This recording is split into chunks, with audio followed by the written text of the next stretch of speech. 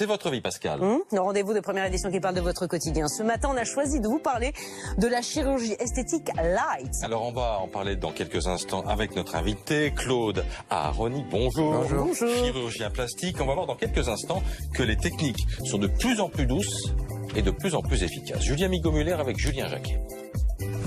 Bonjour, Claude. Bonjour. On peut vraiment tout rattraper? Presque tout aujourd'hui.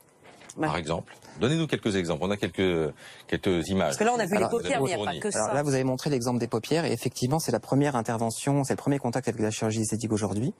Et aujourd'hui, c'est vrai que j'opère pas du tout les paupières comme je pouvais le faire il y a 10 ans. Les suites doivent être extrêmement simples et le patient doit pouvoir reprendre son activité au bout de quelques jours. Donc c'est de l'ambulatoire. C'est de l'ambulatoire. Qu'est-ce qu'on opère Sous aussi anesthésie de façon plus courante, outre les paupières? On a vu Alors, lèvres.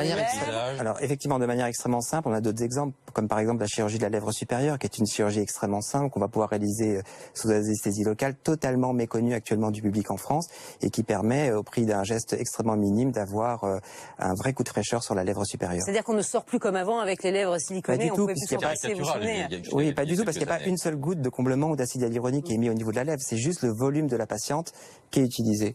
Après, sur l'exemple que vous voyez là, donc ce sont des gestes de moins en moins invasifs. Et puis avec les dernières technologies qui arrivent, par exemple, les derniers produits de comblement, le Radiesse, par exemple, qui est un produit de comblement, un gel de calcium qui permet d'avoir un effet plus liftant que volumateur. Les dernières sondes de radiofréquence, qui sont des petites aiguilles que l'on peut passer sous la peau et qui permettent d'obtenir un redrapage, voire une rétraction de la peau. Sans préjudice pour la santé? Sans préjudice. Et puis toute la révolution des fils crantés, dont vous entendez parler Ça, c'est pourquoi? C'est pour rehausser l'ovale du visage? On peut pratiquement tout faire aujourd'hui avec les fils crantés.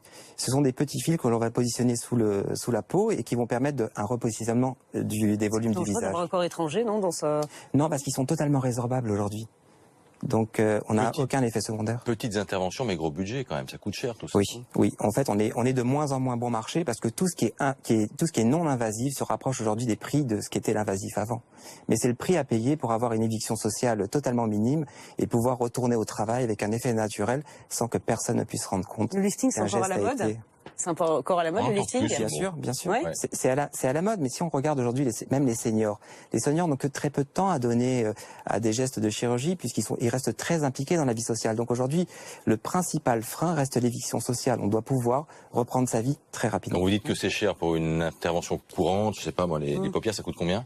Moi j'ai vu dans le sujet que c'était en moyenne 2000 €. Moi je crois que je suis à peu près au double de ce prix. Et puis tout ce qui est non invasif coûte très cher puisque aujourd'hui sur la restauration d'un ovale, comme vous avez pu le voir, qui associe différentes techniques, on peut dépasser les 3000 € de budget. Et d'un mot, c'est pas définitif, faut y revenir, c'est de l'entretien. Exactement. Mais c'est l'association de ces différentes techniques et aujourd'hui nous permet d'obtenir des résultats de plus en plus durables et on approche les 3-4 ans aujourd'hui.